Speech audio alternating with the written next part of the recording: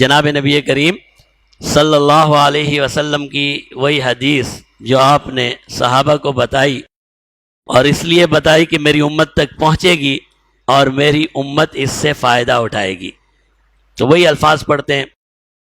فرماتے ہیں خطبنا رسول اللہ صلی اللہ علیہ وسلم فی آخر یوم من شعبان. شعبان کا آخری دن تھا.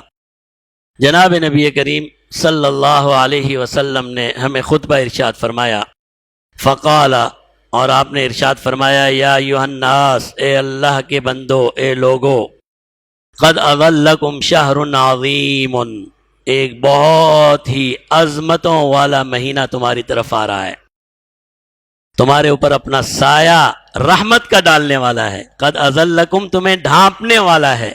شہر عظیم، ایک بہت عظمت والا مہینہ تمہاری طرف آ رہا ہے. شہر مبارک، ایک بہت بابرکت مہینہ آ رہا ہے. اب عظمت کیسی؟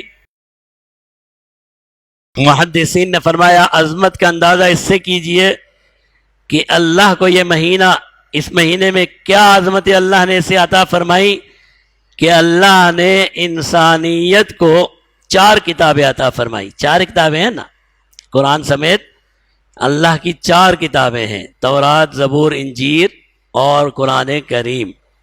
یہ چاروں کی چاروں کتابیں رمضان المبارک میں نازل ہوئی. یہ چاروں کی چاروں کتابیں رمضان المبارک میں نازل ہوئی. اتنی عظمت ہے اس مہینے کی. جب بھی اللہ نے اپنے خادم، اپنے مملوک، اپنے بندے کو اپنے ساتھ جوڑنا چاہا تو جوڑنے کے لیے مہینہ کون سا منتخب کیا؟ رمضان المبارک کا. ہر کتاب، چاروں کتابیں رمضان المبارک میں آئی. اور بعض مورخین نے لکھا ہے صرف 4 کتابیں نہیں، جب بھی کسی نبی پر صحیفہ نازل ہوا، اللہ کا کوئی بھی حکم نازل ہوا، اس کا آغاز رمضان المبارک سے ہوا.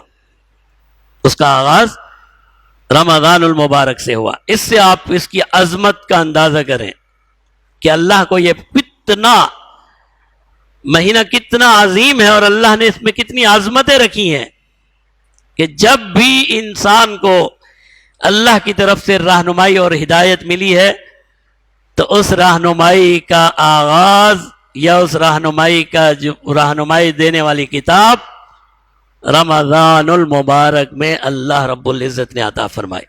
شہر عظیم، بہت ہی عظمتوں والا مہینہ.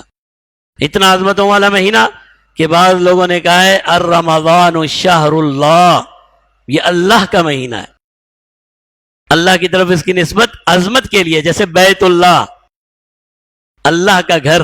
نعوذ باللہ، یہ تو نہیں ہے کہ اللہ اس کے اندر رہتے ہیں، یہ عظمت کے لیے. گھروں میں سب سے عظمت والا گھر ہے بیت اللہ، اور مہینوں میں سب سے عظمت والا مہینہ ہے شہر اللہ اور رمضان، اللہ کا مہینہ رمضان المبارک.